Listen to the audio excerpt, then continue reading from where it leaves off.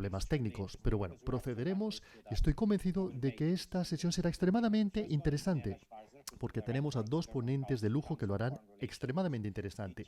La primera ponente es Daniela Schwarzer, directora del Consejo Alemán de Relaciones Extranjeras, y Yanis Emanuelidis, director de investigación en el Centro de Política Europea en Bruselas.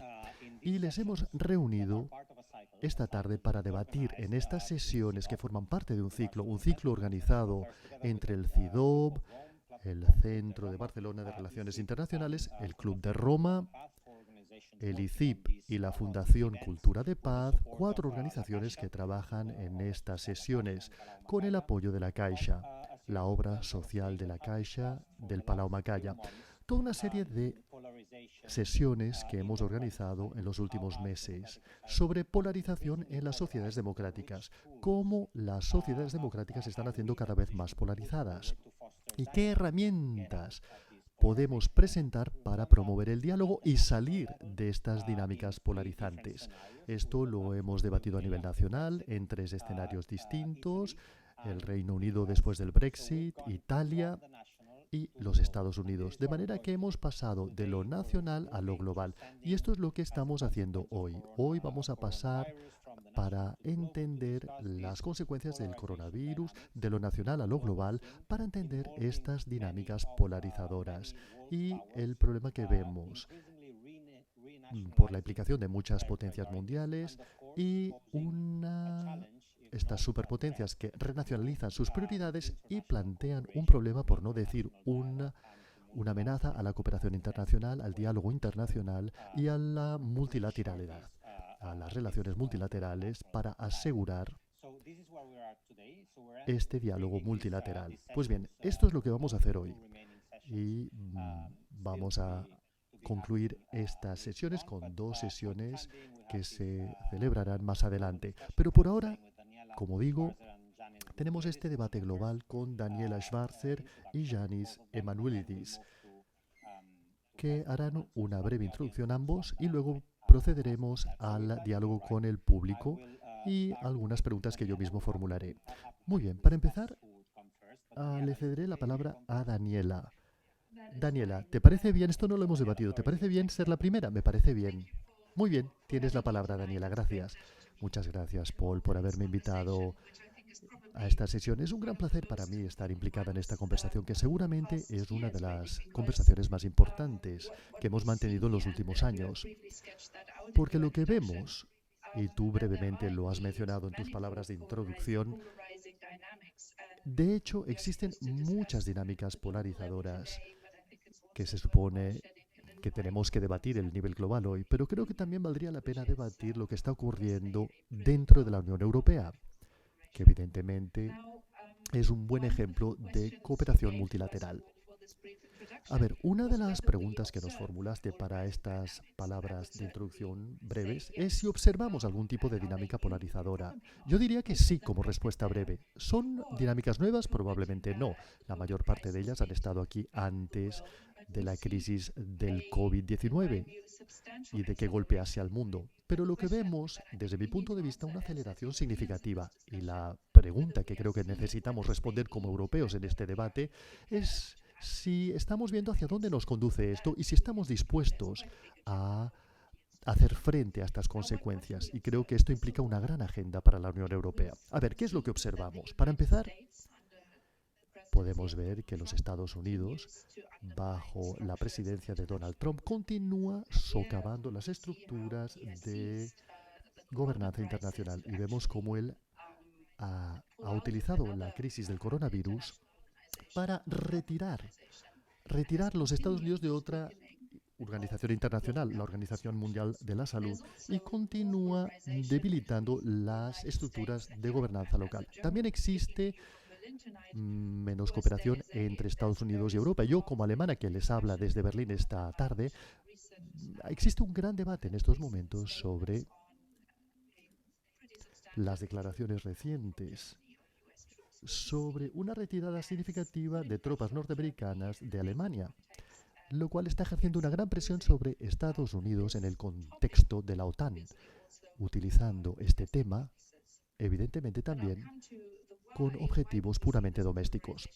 Pero bueno, en cuanto al por qué vemos esta polarización, que es la segunda pregunta, la responderé en un minuto. Lo que también observamos es una polarización creciente entre Estados Unidos y China. Y de nuevo, esto no es algo nuevo, pero con la crisis del coronavirus parecería que han añadido leña al fuego para pelearse a nivel retórico y también a nivel de hechos concretos.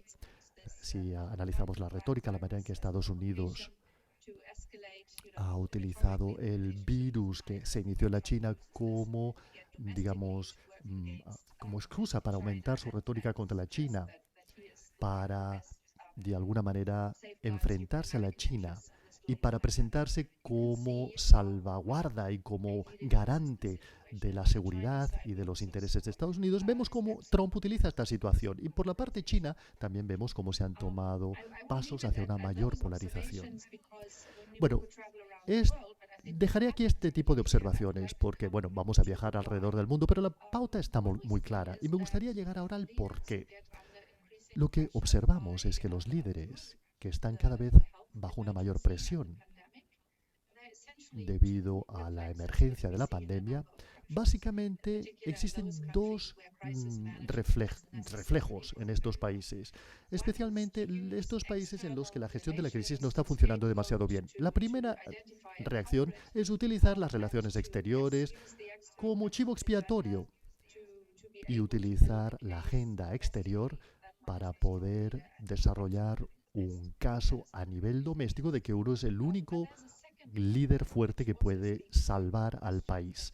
Y existe otra reacción que también nos habla de la pregunta que nos has formulado, Paul, y es cómo los líderes autoritarios también utilizan la crisis para completar su propia agenda doméstica. Y vemos cómo muchos líderes autoritarios o aquellos que de alguna manera quieren alcanzar un cambio de régimen de este tipo en su país han utilizado la crisis del coronavirus para fortalecer su poder a través de leyes, a través de estados de alarma o leyes de emergencia que de alguna manera aumenta su control sobre la sociedad civil y también sobre los medios de comunicación.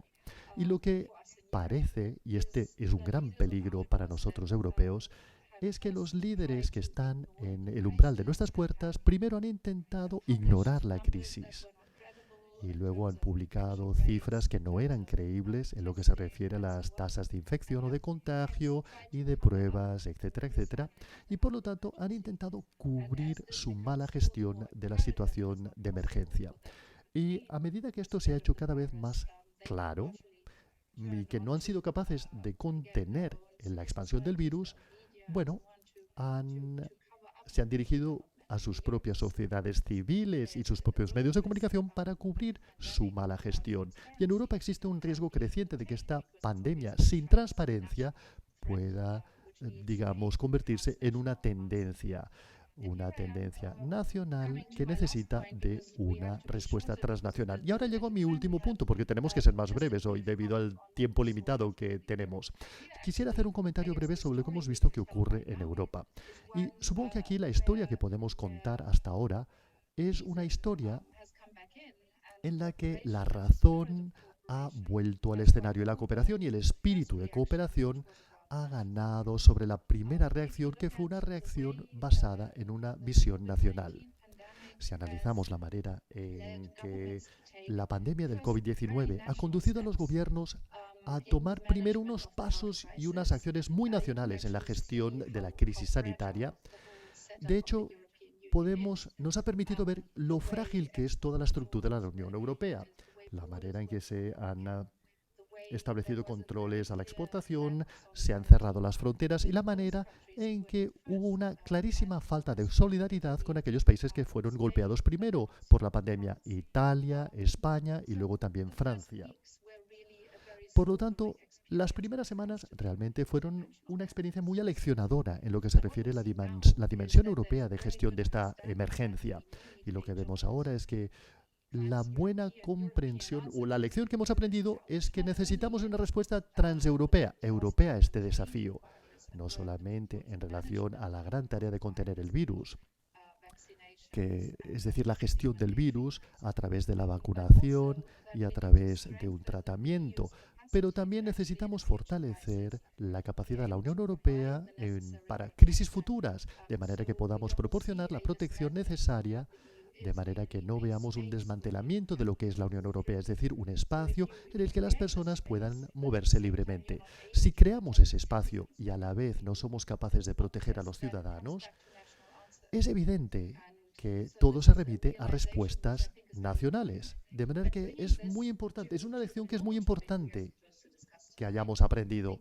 Y volviendo al tema global que nos reúne aquí hoy, digamos, tenemos la visión clara de que la Unión Europea tiene que desempeñar un papel más importante a medida que los Estados Unidos se están retirando de muchas instituciones internacionales y la China está ejerciendo su papel de dominación global, no solamente en el campo sanitario, en el que Europa tiene un papel clave o tiene un interés clave en asumir este papel. Lo dejaré aquí y, bueno, estaré encantada de responder a estos puntos durante el debate. Gracias, Daniela. Uno de los temas que nos interesa muchísimo en estos debates que hemos mantenido hasta ahora es ver la manera en que el diálogo pueda funcionar mejor. Y tú parecería que estableces un límite claro entre la posibilidad de actuar a nivel global con la posibilidad de ser funcionales con instituciones que funcionen en aras de estas dinámicas. Por lo tanto, una de las maneras de promover el diálogo es precisamente hacer que las instituciones funcionen y hacer que las instituciones funcionen con un objetivo claro. Y esto evidentemente incluye a la Unión Europea, que ciertamente, en principio, es la maquinaria mejor equipada para este tipo de diálogo, pero a veces fracasa o por lo menos actúa por debajo de las expectativas. Muy bien, ahora vamos a cederle directamente la palabra a Bruselas, a Yanis, para que nos dé una visión desde el centro de Europa. Pasaremos, por lo tanto, de Berlín a Bruselas. Yanis, tienes la palabra. Para aquellos de vosotros que estéis escuchando el canal castellano, parece que hay algunos problemas, pero recordad que siempre existe la posibilidad de escuchar este debate en YouTube directamente en inglés. Yanis, tienes la palabra. Muchas gracias. Muchas gracias primero por haberme invitado a esta sesión y proporcionarme la oportunidad de estar con vosotros y con el público y compartir algunos de mis pensamientos y reflexiones. Lo que quiero hacer ahora es proporcionar, además de los elementos de reflexión que ya se han establecido, mis propios pensamientos sobre el tema. Y quiero hacerlo haciendo un punto general preliminar antes de hacer algunas observaciones más específicas sobre la cuestión de la imagen externa e interna de la Unión Europea, como tú has indicado en las palabras introductorias. En relación al punto general, quisiera emitir una nota de prudencia.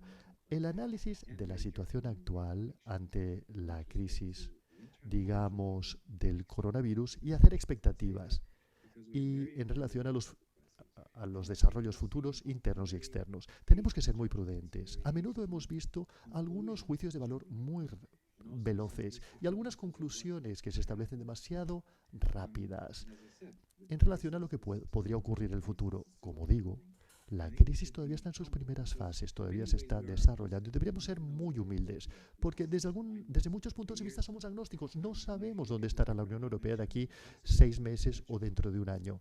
Y si analizamos las distintas consecuencias potenciales de esta crisis, claramente todavía nos estamos concentrando en la crisis sanitaria y las consecuencias económicas de la misma, pero también pueden haber consecuencias potenciales sociales entre países, consecuencias políticas de las que todavía no podemos ser conscientes, y consecuencias geoeconómicas y geopolíticas. Hemos visto a muchas personas ya prediciendo lo que ocurrirá, personas que han hablado del final de la globalización y algunos incluso han llegado a decir que ha llegado el final del capitalismo.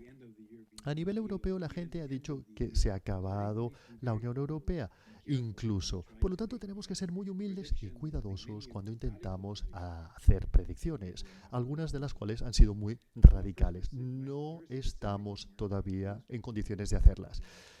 Más específicamente, hablemos de la dimensión global. Y quisiera reflexionar y reflejar algunas de las cosas que ya se han dicho. La crisis ha acelerado esta amenaza. Hemos visto en el mundo una tendencia hacia una polarización geoeconómica y geopolítica. Y lo que vemos ahora es que se intensifica, no realmente un nuevo desarrollo. La crisis del COVID lo está empujando hacia adelante de manera más rápida y más lejos en términos de la polarización a nivel internacional. Y como Daniela ya ha mencionado, las elecciones norteamericanas y la utilización del hecho de que la pandemia se inició en la China no ha ayudado en nada. Al contrario, ha afectado muchísimo la relación entre Estados Unidos y la China, y esta es una tendencia que hemos estado observando en el último año y vemos que ahora se está acelerando. Desde una perspectiva europea, esto significa que nos estaremos entre la espada y la pared, estaremos presionados entre Estados Unidos y la China, y también seguramente estaremos presionados para posicionarnos. Quizás nos veamos forzados a tomar algunas decisiones muy duras como europeos y escoger y hacer elecciones muy duras. Y también la fortaleza de la Unión Europea será puesta a prueba. Por otra parte, esto quizás nos empuje hacia adelante juntos. Tenemos que ser humildes y decir que no lo sabemos, pero existe un peligro. El peligro de que nos veremos presionados aún más y que nos dividiremos aún más. La segunda reflexión se relaciona a las relaciones exteriores de la Unión Europea. Dado que parecería que vemos que existe una polarización creciente a nivel geopolítico y geoeconómico, lo que esto nos fuerza a hacer es algo bastante evidente, es decir, a asumir más responsabilidad en nuestro vecindario local, es decir, a hablar con los actores sobre el terreno, incluso en situaciones tan difíciles. Y esto, la pregunta es, ¿lo estamos haciendo? ¿Lo haremos? En un mundo cada vez más polarizado, existen oportunidades para que Europa mejore su influencia exterior en el mundo. Existe un espacio entre un Estados Unidos y una China polarizadas en la que nosotros podemos desempeñar un papel. El problema y el desafío es que para nosotros, como europeos, para rellenar ese espacio, y estábamos hablando de instituciones que funcionen, sistemas de gobernabilidad, necesitamos de un sistema multilateral que funcione para que nosotros, los europeos, podamos desempeñar un papel para rellenar ese espacio al que me refería. Y lo que hemos visto, y Daniela ha mencionado esto, es que el sistema de gobernabilidad mundial está bajo enorme presión. Y esto lo observamos en la falta de coordinación a nivel del G7, G12, la Organización Mundial de la Salud y otras instituciones que están bajo una enorme presión, de manera que el sistema multilateral está bajo presión. Pero lo que a mí me preocupa más desde el punto de vista de nuestro papel en el mundo es que la influencia del crisis, debido a las consecuencias potenciales, múltiples, de que nosotros, europeos, de alguna manera volvamos a una fase de introspección en el que el mundo a nuestro alrededor esté cambiando y nosotros estemos tratando únicamente con nuestros problemas internos. Y esto es un grave peligro. Ha llegado el momento de ser decisivos, de tomar decisiones a tiempo, y Daniela tiene toda la razón. Al comienzo empezamos esta crisis desde una perspectiva de no cooperación. Ahora cooperamos mucho más. Y nos hemos dado cuenta de que las consecuencias de la crisis pueden ser mucho más potenciales y existe el peligro de que acabemos tratando con nuestros propios problemas internos mientras que el mundo cambie ante nuestros ojos. Y estas divisiones internas nuestras podrían hacer más difícil que nosotros cooperemos mejor en el futuro. Y la tercera reflexión se relaciona a la dimensión interna. Sé que es muy difícil distinguir entre la dimensión interna y externa, porque ambas están entrelazadas. Y la palabra clave, como he dicho anteriormente, es polarización. La polarización a nivel global y también la polarización dentro de Europa, también dentro de nuestras propias sociedades nacionales. Y creo que la polarización dentro de nuestras sociedades también tiene un efecto sobre la fragmentación entre Estados miembros de la Unión Europea. Repito, la polarización no es un nuevo fenómeno, lo hemos visto un aumento de la polarización con el tiempo.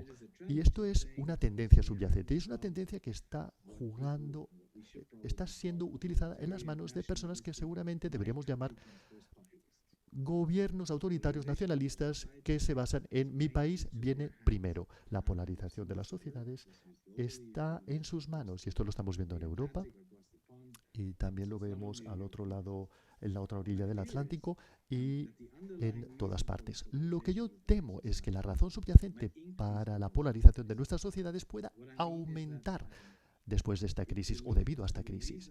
¿Qué quiero decir? Si analizamos las razones de por qué estamos viendo una polarización creciente, esto creo que está muy relacionado con las inseguridades múltiples a las que se enfrentan las personas. Muchas personas en nuestras sociedades temen el cambio, temen que si las cosas cambian, ellos puedan acabar siendo los perdedores del cambio. Y en estas crisis, incluyendo la crisis del COVID-19, podría crear más perdedores o la impresión de que potencialmente tú te podrías convertir en uno de los perdedores. Esto está dentro de nuestras sociedades y también entre nuestras sociedades y entre los Estados miembros. Y estas personas que temen el cambio y que temen que puedan acabar perdiendo debido a todas las inseguridades, se convierten en una presa fácil del populismo, que sugieren, digamos, soluciones facilonas y que se basan en una política de mi país viene primero. De manera que yo sería muy cuidadoso, porque muchas personas han estado diciendo que los populistas no están obteniendo buenos resultados en esta primera fase de la pandemia.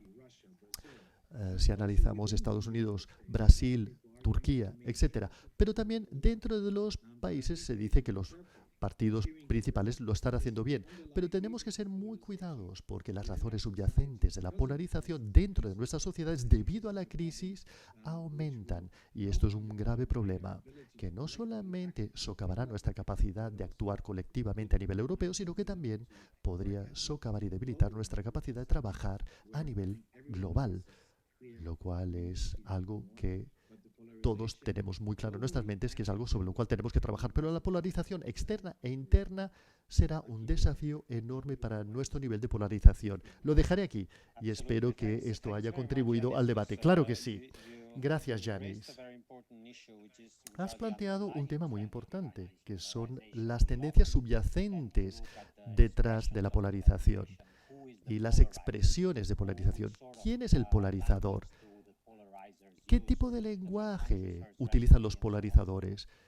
Mi país primero, etcétera, etcétera. Pero, por supuesto, también existe la imagen del mundo en el que vivimos. Claramente has mencionado la idea de que existen algunas inseguridades y tendencias subyacentes detrás de esta polarización, que, como has mencionado, no han desaparecido o todavía están viviendo entre nosotros. Y yo añadiría que probablemente son de una naturaleza que hace que ya conocemos, porque hemos estado pasando de crisis a crisis y por lo tanto las inseguridades subyacentes en nuestras sociedades que son expresadas o que encuentran su canal de expresión a través de la polarización, no solamente es que estén presentes, es que además están creciendo cada vez más a medida que añadimos una nueva capa de crisis para que se convierta en una crisis global, lo cual es el caso que nos reúne aquí hoy.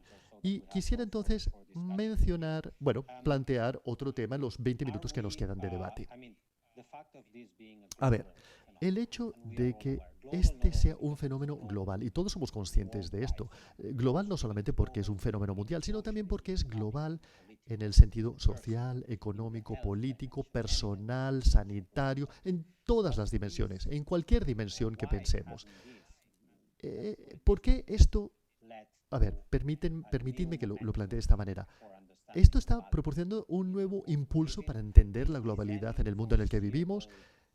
Esto nos permite percibir algún tipo de tendencia que podría emerger una vez se vea que la actitud de mi país primero no funciona necesariamente. A ver, ¿qué efecto tendrá esto sobre la gobernanza global o la cooperación global, tal y como lo veis actualmente? O esta pregunta o cualquier otra pregunta a la que quisierais reaccionar, Daniela o Yanis. A ver, para empezar, quisiera decir que estoy de acuerdo con Yanis.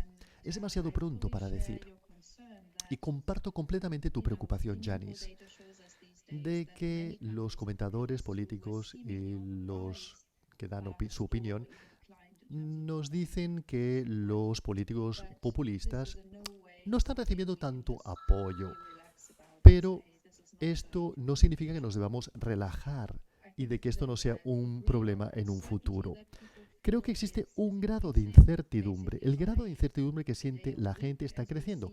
Básicamente asciende día a día, semana a semana, a medida que vemos los datos sanitarios, sus perspectivas de empleo, etcétera, y cómo todo está siendo destrozado. Y también tenemos que reconocer que esta crisis no está actuando de manera simétrica. Si analizamos Europa, no solamente entre países, sino también internamente en cada país, esta crisis tiene unos efectos que varían de manera muy grande. Y por lo tanto es importante no permitir que únicamente los gobiernos nacionales actúen en la recuperación económica en términos de iniciativa, sino que tengamos un enfoque transeuropeo, porque si no, mi miedo es que la divergencia económica y las tensiones y la polarización política pueda crecer aún más. A ver, Merkel se convertirá en la presidenta de la Unión Europea el 1 de julio y ella ha dicho que es un momento de crisis existencial para Europa. Algunas personas consideran que esto es exagerado, pero si analizamos lo que está ocurriendo a nivel de territorio actualmente y lo extrapolamos a dentro de 6 meses, deberíamos ser muy conscientes de la importancia que tiene esta acción europea tan necesaria. En relación a tu pregunta sobre por qué este desafío global evidente no produce un paso hacia adelante en términos de cooperación, supongo que en estos momentos tenemos demasiados líderes que han hecho de su enfoque a la política, han convertido en pieza básica de su enfoque a la política lo nacional. Y, por ejemplo, si utilizamos los términos que utiliza Donald Trump, hacer que América sea grande de nuevo, y su retirada, la retirada de los Estados Unidos de algunas instituciones internacionales básicas, bueno, esta es la narrativa básica de este líder de la mayor superpotencia en esta pandemia. Pues caramba, no es fácil hacer un giro de 180 grados cuando has tomado este rumbo. Y seguramente no lo hará este giro. Pero lo que vemos es que existe una gran conciencia, no solamente en términos de la gestión de la pandemia, que necesita de acción global. Y no son los sospechosos habituales. A ver, algunos lo son, algunos gobiernos que tienen una tradición en la cooperación multilateral sí que dan un paso hacia adelante. Y también vemos, por ejemplo, que el gobierno alemán, desde que Trump llegó al gobierno, ha dirigido la dinámica de una mayor cooperación multilateral, no solamente a través de lazos tradicionales, sino también buscando a otros lugares del mundo que compartan esta preocupación. Por lo tanto, vemos esta tendencia, pero yo no diría que en general veamos un declive o reducción en la cooperación internacional. Pero claro, hemos hablado de las instituciones anteriormente. Existe un punto interrogante sobre cuáles de las instituciones globales que fueron creadas después de la Segunda Guerra Mundial son adecuadas para el mundo en el que nos encontramos actualmente. Y, por ejemplo, Estados Unidos creó el orden de las instituciones de Bretton Woods y de las Naciones Unidas. ¿Hasta qué punto se necesita reconfigurar estas instituciones? Es evidentemente una pregunta extremadamente difícil, pero bueno, hemos sabido desde los años 90 que esto es necesario y es un debate que se ha mantenido desde entonces, pero en un momento dado se tendrán que ajustar para que aquellos que tienen un poder ascendiente tengan una mayor voz y un mayor poder en estas instituciones. Lo que hemos visto en el pasado es un desarrollo de poderes alternativos, órdenes regionales alternativos, como por ejemplo China, que ha producido competencia a nivel institucional, como por ejemplo el Banco de Inversión de Infraestructuras asiático, que seguramente es el mejor ejemplo en este sentido. Y aquí nos encontramos en esta pandemia, y yo creo que la pregunta que nos tenemos que formular es si la cooperación puede ser asegurada utilizando las instituciones actualmente existentes y también aportando nuevos actores que puedan ayudar. Y esta ayuda también implica ayuda financiera, porque claro, una de las grandes pérdidas, una de las cosas más difíciles que ha tenido que digerir pues el orden internacional actual es la retirada financiera de los Estados Unidos. Y hemos visto como muchas fundaciones privadas han puesto ingentes cantidades de dinero sobre la mesa, por ejemplo, para el desarrollo de una vacuna y otras iniciativas. Se ha producido una gran movilización. Si tomamos, por ejemplo, el tema del cambio climático, no es un tema que no podamos comparar. Los Estados Unidos están cuestionando toda la estructura y vemos cómo nuevos actores emergen, en este caso actores subnacionales que toman las riendas de la gobernabilidad, alcaldes de grandes ciudades en Estados Unidos y líderes corporativos que dicen nosotros nos vamos a mantener fieles a los acuerdos que se han acordado. Y la cuestión es que tenemos menos orden y menos estructura y por lo tanto unas condiciones más complejas para llegar a un consenso y para una mediación de intereses entre gobiernos, pero a la vez también vemos como la sociedad civil y el sector corporativo que se dan cuenta de que tienen que asumir mayores responsabilidades. Por lo tanto, en estos momentos nos encontramos en territorio desconocido, inexplorado, y claramente nos encontramos en un momento en el que seguramente cuando miremos hacia atrás en un futuro diremos, este fue un punto de inflexión, pero desde mi punto de vista es un momento en el que las cosas todavía pueden ser influidas, todavía podemos influir sobre cómo se desarrollen los acontecimientos. Ayer participé en una conferencia alemana que es prioritaria para la presidencia alemana, no solamente de la Unión Europea, sino también como, digamos, miembro no permanente del Consejo de Seguridad, que es enlazar en la agenda climática a la agenda de seguridad. Desde distintos puntos de vista, ambas agendas han sido considerablemente empujadas hacia adelante por la situación de la COVID-19. Y yo diría que existe un nivel multilateral o multinivel muy claro sobre cómo podemos utilizar estos distintos foros y cómo podemos utilizar la Unión Europea para hacer avanzar una agenda multilateral y multinacional. Pero se trata de encontrar socios que empujen hacia adelante esta agenda conjuntamente, porque ningún país europeo por sí mismo puede hacer que nada se mueva. Y por lo tanto la Unión Europea es un actor muy importante para nosotros. Pero esta agenda va mucho más de Europa, evidentemente. Y los socios tienen que ser encontrados allí donde se encuentren. Gracias, muchas gracias, Daniela. Muchas gracias. Estoy convencido de que, Yanis, tú tendrás mucho que decir sobre lo que acaba de mencionar Daniela. Existe una pregunta que ha sido formulada por un miembro del público que quisiera plantearos para que incorporéis a vuestras respuestas, porque se relaciona al tema de la introspección que habéis mencionado, que tú has mencionado en tus palabras introductorias, Yanis. ¿Hasta qué punto los líderes políticos se pueden sentir tentados de utilizar el miedo como herramienta para obtener apoyo? Es decir, aprovecharse de las emociones que genera el miedo para imponer una cierta agenda. Y esto, bueno, Daniela también ha mencionado al comienzo de su intervención esta cuestión. Yanis, tienes la palabra. Gracias. Sí, lo voy a enlazar al último punto que he hecho. Quisiera mencionar tres cosas. La manera en que las personas han reaccionado. A ver, estamos apilando cosas. La situación está empeorando, crisis tras crisis. Y yo creo que este es un punto muy válido. Y es por eso que yo creo que lo que estamos viendo actualmente en esta crisis que llamamos del COVID-19, que se añade a todas las crisis anteriores que he mencionado, de hecho, es solo no es una palabra adecuada, pero es una nueva fase de lo que algunos de nosotros llamamos hace algunos años la crisis bully. Empezando con el acuerdo, en la crisis de la zona euro, incluyendo la crisis griega, la crisis migratoria, los desafíos a los que nos enfrentamos en nuestra relación con Rusia.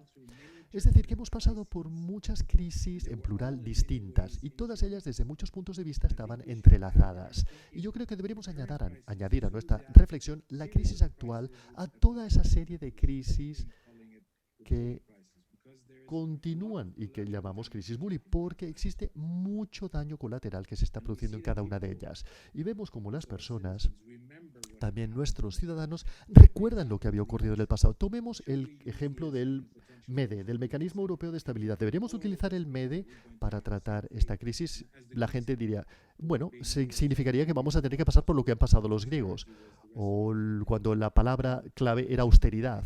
Estoy simplificando, ya lo sé, porque la realidad es mucho más compleja, pero este simplemente es un ejemplo de cómo estas crisis están relacionadas las unas con las otras y están conectadas las unas con las otras.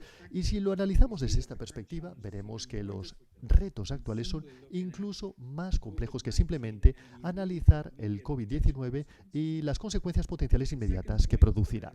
El segundo punto se refiere a la pregunta que has planteado. Tenemos una crisis global, es un fenómeno global.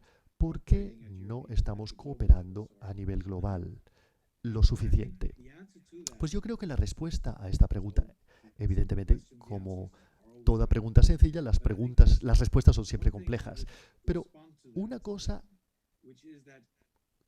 una posible respuesta es que las viejas tendencias que hemos visto que empezaron antes de que entrara en erupción la crisis han sido promovidas, han actuado como catalizador. Es decir, que el hecho de que tengamos una confrontación entre Estados Unidos y China es algo que no es para nada nuevo. Y la crisis lo está promoviendo aún más, lo está alimentando aún más. Y por lo tanto nosotros como europeos nos encontramos ante una situación en la que volver a otra lógica, simplemente porque ahora tengamos esta crisis global y solo porque lo más inteligente de hacer sería aumentar la cooperación global y reformar nuestras estructuras de gobernabilidad mundial y reformar las estructuras para que reflejen un nuevo orden, una situación de un nuevo orden mundial, es algo que es extremadamente difícil si tenemos una potencia que teme que está perdiendo poder y otro poder que quiere, otra potencia que quiere aumentar ese poder.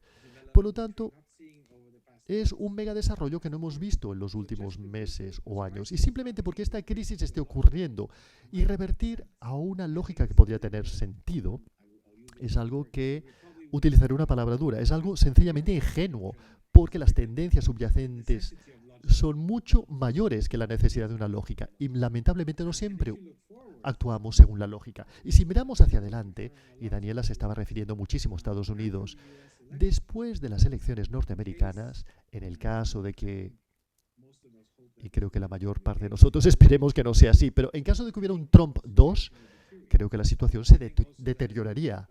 Y una nueva administración Trump, que estaría en sus últimos 4 años, seguramente intentaría dividirnos a nosotros, los europeos, aún más. Y podría haber también una mayor confrontación en relación a Europa e intentaría dividirnos aún más, lo cual es algo ante lo cual tendríamos que reaccionar. Pero incluso si Joe Biden gana y tuviésemos una administración Biden, seguramente nos veríamos confrontados a una persona en la administración norteamericana que nos diría: estoy dispuesto a cooperar más. Cuando se trata, por ejemplo, de los acuerdos de París sobre el cambio climático y los objetivos de la cumbre de París, cuando se trate de otros temas también, y también para redefinir la gobernanza global. Pero a la vez, creo que incluso una administración Biden nos preguntaría: ¿cuál es vuestro posicionamiento en relación a China, por cierto? Por lo tanto, estamos dispuestos a implicarnos más a nivel multilateral, pero ¿qué haremos en relación a los problemas a los que nos enfrentamos actualmente con la China? En temas actuales, ¿cómo nos posicionaremos? Es aquí donde estaremos bajo enorme presión, entre la espada y la pared. Y espero que los europeos seamos lo suficientemente inteligentes para desempeñar este papel de intermediarios y, bueno, que se pueda acelerar con la pandemia porque debería haber ocurrido igualmente o deberá ocurrir igualmente. Y mi último punto se relaciona a la introspección y a la cooperación europea. Daniela tiene toda la razón cuando dice que necesitamos cooperar más a nivel europeo.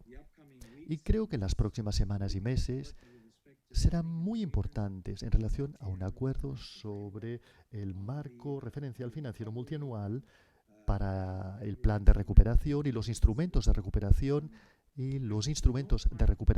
Porque si no llegamos a ese acuerdo, estaremos enviando un mensaje muy negativo, una señal muy negativa. Y esa señal será que cuando se trata de las decisiones más fuertes, los Estados miembros no logran llegar a un acuerdo.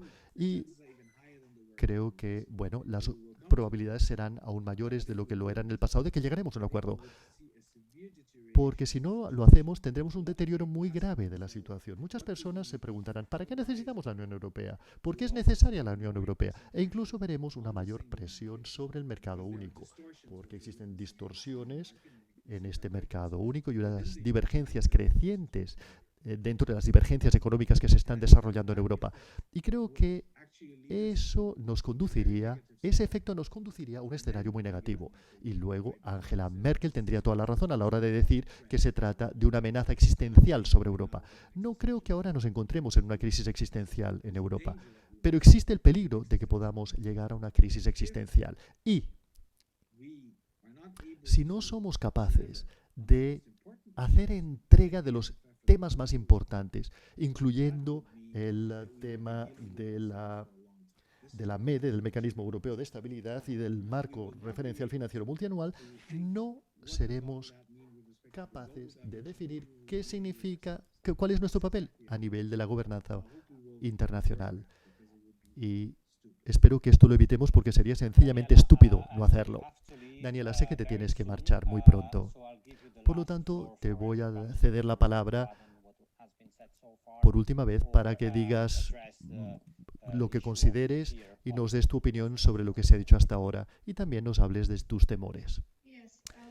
Sí, yo creo que existe ya una tendencia de utilizar el miedo en los países europeos y básicamente en todo el mundo. Mirad, el futuro parece cada vez más impredecible y más arriesgado. Y a medida que esto es así, esto facilita que las fuerzas liberales o autocráticas jueguen con ese miedo y que tejan una narrativa que a menudo es comparable entre países. La narrativa de que ellos son los que protegerán, que son ellos los que tienen las soluciones y que estas respuestas son siempre nacionales y nunca transeuropeas o globales. Por lo tanto, yo creo que esta tendencia está claramente presente y la situación puede ser fácilmente explotada. Yo creo que es mucho más fácil actualmente tejer una historia antieuropea basada en el miedo que no tejer una historia que trate sobre nuestro futuro conjunto, nuestro futuro, digamos, conjunto y los pasos a seguir para desarrollar y construir este futuro conjunto. Tenemos que trabajar en ello. Y parte de esa historia de por qué necesitamos a Europa hoy en día también es una historia sobre qué ocurre en el mundo que nos rodea y qué es lo que nos debería preocupar.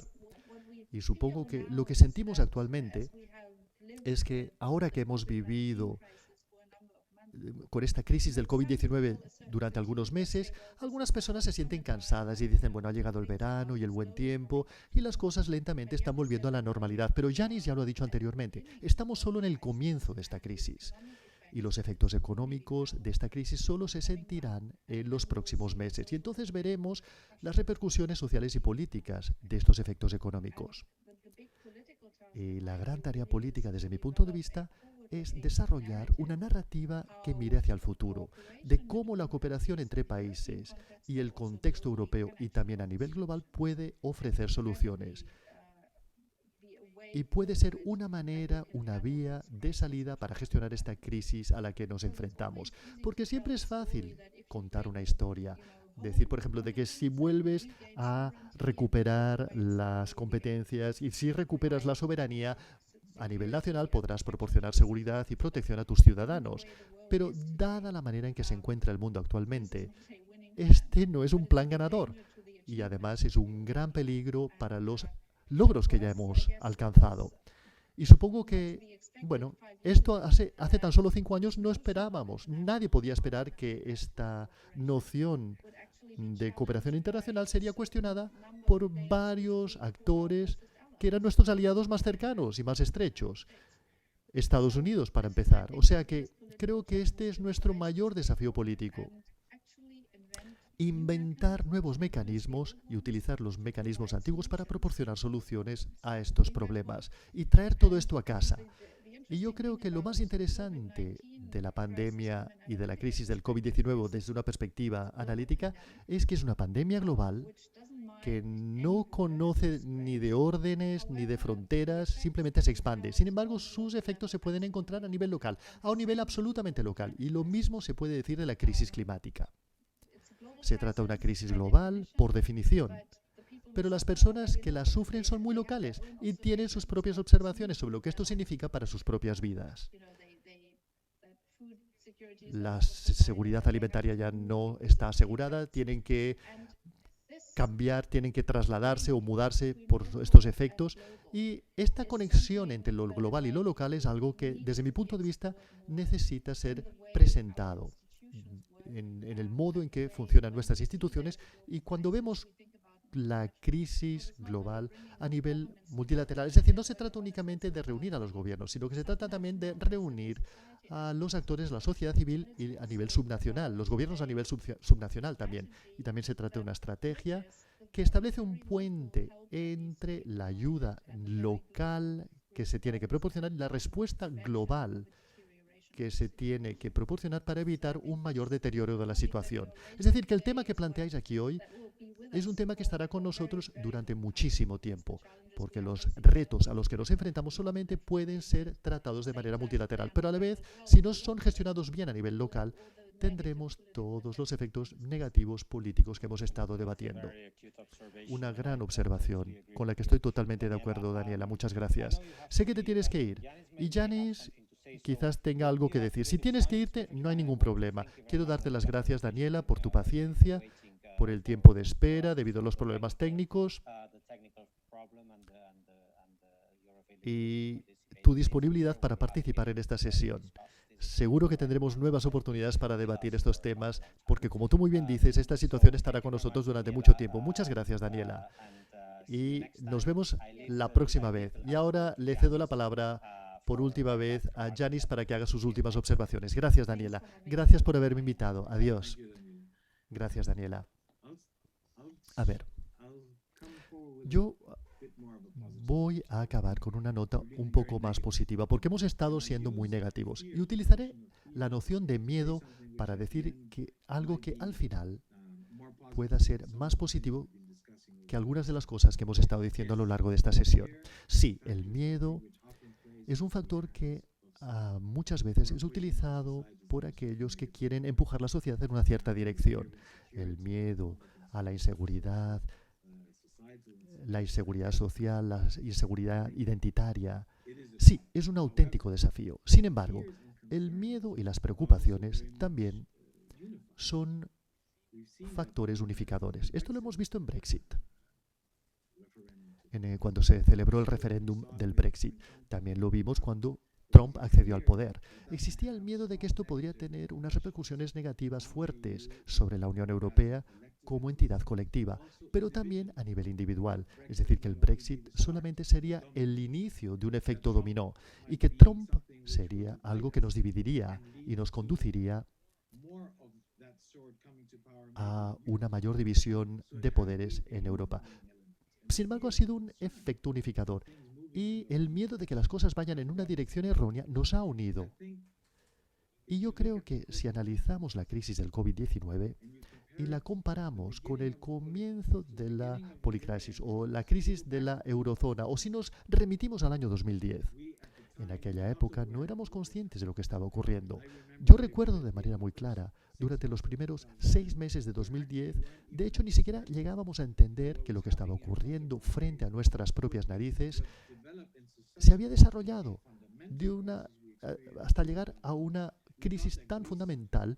Pensábamos que crisis era simplemente un país, digamos, marginal, menos del 2% del PIB europeo, y que lo podíamos controlar. Y esto se expandió a Irlanda y a Portugal.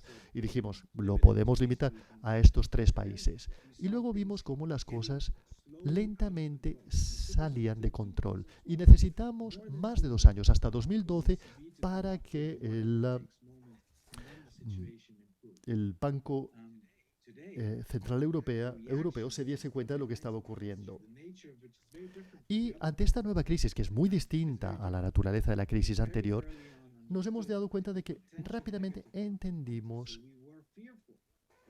los peligros potenciales de esta crisis y cómo esto podría desarrollarse. Y creo que esta es una de las razones por las cuales los Estados miembros están dispuestos, y utilizar esta palabra, colocar la bazuca sobre la mesa y decir, tenemos que hacer algo que sea de una cierta magnitud para evitar el escenario potencial peor, para evitar que se materialice. El hecho de que el Banco Central Europeo, el 18 de marzo, que es, digamos, la velocidad de la luz, si comparamos a cómo reaccionó en el año 2010, sí, presentó el programa PEP, el programa de compra de bonos. Es algo que muchos no esperaban. Ocurrió de manera muy rápida, sin el apoyo político. Simplemente el BCE decidió hacerlo. Y si unimos nuestra acción en relación al plan de recuperación y al marco financiero multianual, pues podremos llegar a buen puerto. De alguna manera, lo que quiero decir es que los miedos y las preocupaciones son elementos unificadores. Y si comparamos la situación actual con crisis privadas, lo que hemos hecho hasta ahora no es demasiado negativo. Sí, al comienzo tuvimos un caos total y todo el mundo barría para casa y todo el mundo que se sentía absolutamente colapsado y no sabían cómo coordinarse dentro del Estado-nación o dentro del Estado federal. Y por lo tanto a mí no me sorprendió la fase inicial de la crisis. Pero posteriormente entendimos que solamente a través de la cooperación a nivel nacional y a nivel internacional podemos evitar los resultados potencialmente más negativos. Por lo tanto, en este caso, los miedos y preocupaciones es algo que nos está empujando hacia la dirección correcta. La pregunta es si tendremos la valentía o el impulso para llevarlo hasta el final. Y esto es algo que es demasiado pronto como para decirlo. Gracias, Yanis. Muchísimas gracias, porque has acabado con una nota positiva, lo cual siempre se aprecia. ¿Hay luz al final del túnel? O quizás podamos ver un punto de luz al final del túnel. Pero en cualquiera de los casos, muchísimas gracias por esa nota positiva al final de tus comentarios. Hemos llegado al final de nuestro debate, al final de nuestra sesión, al final de este seminario organizado, como he dicho anteriormente, como iniciativa para debatir las dinámicas polarizadoras y cómo salir de estas dinámicas polarizadoras. Y yo he llegado a una serie de conclusiones, que son temas sobre los cuales tenemos que trabajar para poder detener esta polarización o por lo menos poder compensar los efectos de la polarización. Daniel ha mencionado al comienzo la disfuncionalidad de las instituciones. Este es uno de los temas principales que deberían ser reparados, tratados. En segundo lugar, tú, Yanis, también has mencionado el hecho de que la inseguridad subyace a todas estas dinámicas y los factores que conducen a la política polarizada tienen que ser también tratados. Digamos, las personas tienen que creer que estas instituciones no solamente funcionan, sino que funcionan a su favor. Y finalmente, tenemos que darle un giro de 180 grados a las políticas del miedo, entendiendo que el miedo también implica cambio y que este cambio de alguna manera nos puede conducir a unas reacciones unificadoras o más rápidas. Y esto a nivel global. Ciertamente es demasiado pronto como para decir si estos efectos positivos se desplegarán o desarrollarán, o si miraremos atrás y diremos, este fue otro caso de fracaso de la cooperación global en un momento en que era más necesaria que nunca. Pero para ello tendremos que volvernos a reunirnos en un futuro para debatirlo. Y también reunirnos con el Club de Roma, el ICIP, la Fundación Cultura de Paz y con la Caixa, esperemos, para volver a tener esta serie de debates.